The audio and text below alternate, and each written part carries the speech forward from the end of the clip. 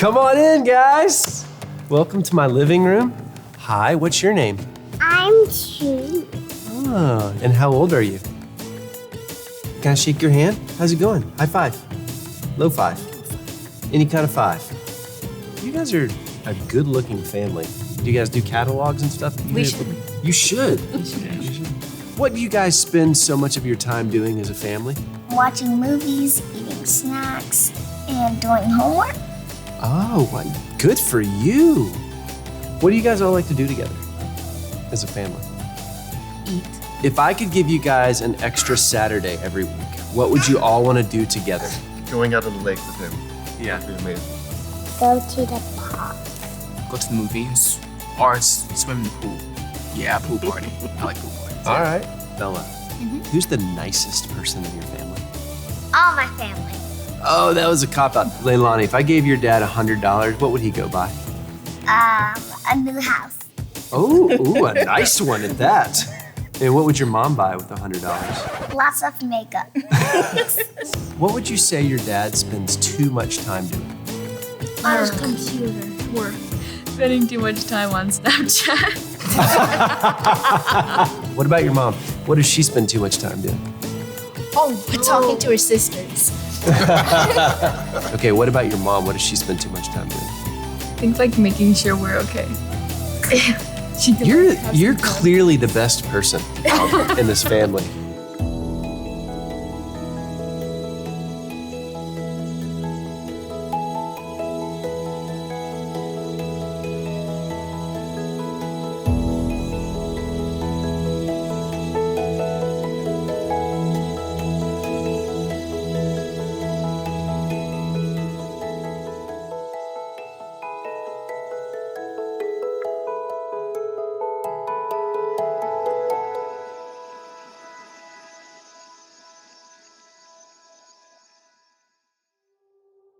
So, I'm in a new chapter of my life. I'm a parent of adult children who have had children. So, I'm officially in the grandparent stage of parenting.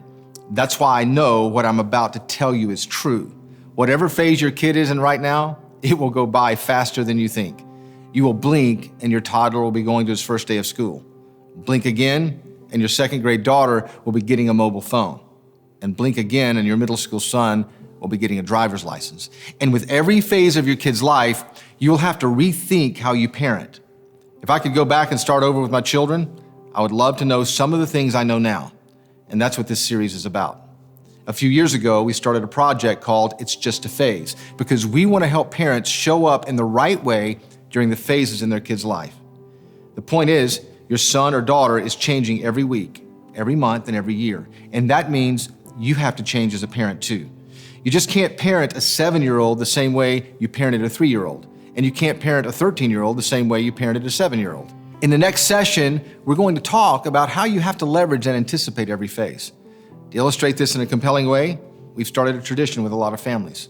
We love to hand out a jar of marbles to each parent when a child is born. And each jar has approximately 936 marbles. Why? Because that's the number of weeks estimated between birth and high school graduation. Parents and leaders are challenged to reduce the marbles to the actual number of weeks each child has left in their home. Then they're given a simple assignment. Remove 1 marble each week as a reminder that they have a limited amount of time with their kids. The practice of losing marbles has had a strange effect on a number of families. It illustrates the collective value of time. It helps them see what we would say happens when you spend time with a kid over a period of time. This simple visual helped them readjust their priorities. It made each week matter a little more. It reinforced a simple principle. When you see how much time you have left, you tend to get serious about the time you have now. It's actually why Moses said, "Teach us to number our days so that we may have or gain a heart of wisdom." Do you know what a heart of wisdom is? I don't either, but it's better than being stupid. Think of this as a kind of visual countdown clock. If you've ever watched a basketball game, you get what I'm talking about, right? The countdown clock can start having a strange effect on the players and fans. Have you ever noticed how intense and serious the game gets when you get closer to the end? The countdown clock has the potential to affect everyone's focus and concentration, because there's something about putting a number to the actual weeks you will have with a kid or a teenager that helps you see your time in a smarter way. The power of this illustration is that it reminds you of two things that are both true at the same time. First of all, every week matters. What you do this week in your kid's life is important. Every week is important because you only have a limited amount of weeks in their life. But a second principle is also true. You don't have to do it all in a week. This one visual not only shows you the worth of each week, but it also shows you how all the weeks add up to do something collectively that is very powerful. You might think that putting a number on the time you have left with your kids before they leave home would drive you crazy. But in a sense, it can keep you from panicking. Because the collection of marbles is a reminder that time is simply a platform you can leverage to accomplish something significant over time in the life of your kids. There's a sense in which we think losing your marbles can actually keep you from losing your marbles. You see, this is really just an illustration of why time over time matters. You don't have to make every second count when you understand that how what you do this week is connected to what you do next week and the next week and the next week. Think about it this way. Time was created, right? If God made time, then obviously time has a purpose.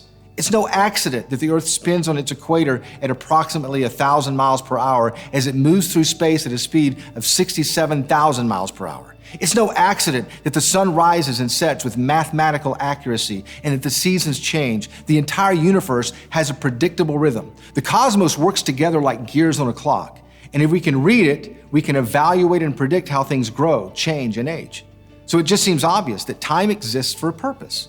Have you ever stopped to think that maybe God established time as a platform so he could communicate something so complex that it needed to be presented strategically over time?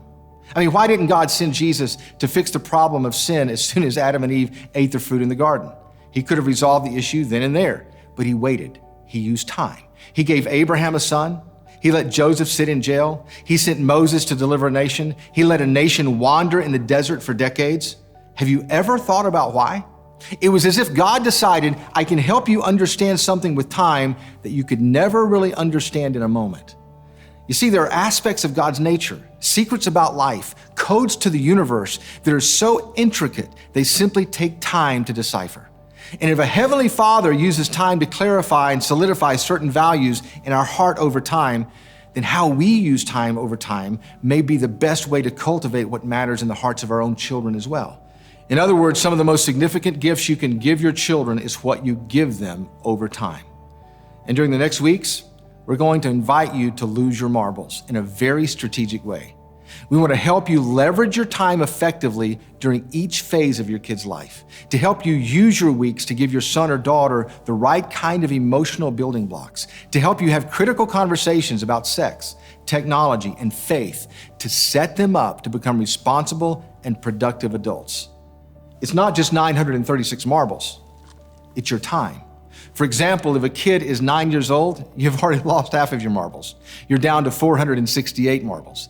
It also means you only have 312 marbles before they get their driver's license. Trust me, when they start driving, things will really pick up speed. After that, you only have 4 more summer vacations with them before they probably move out.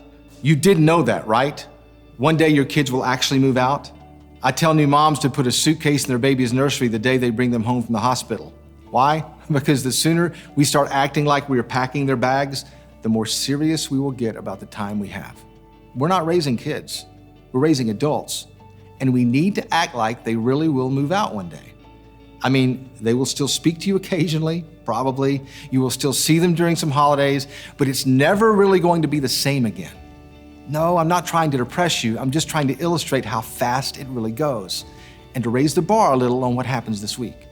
So what you do over time will create a positive pattern. And what you do over time will make a greater impact. And what you do over time will give you a deeper relationship. So just remember, the ordinary things you do can make an extraordinary difference when you do them over time.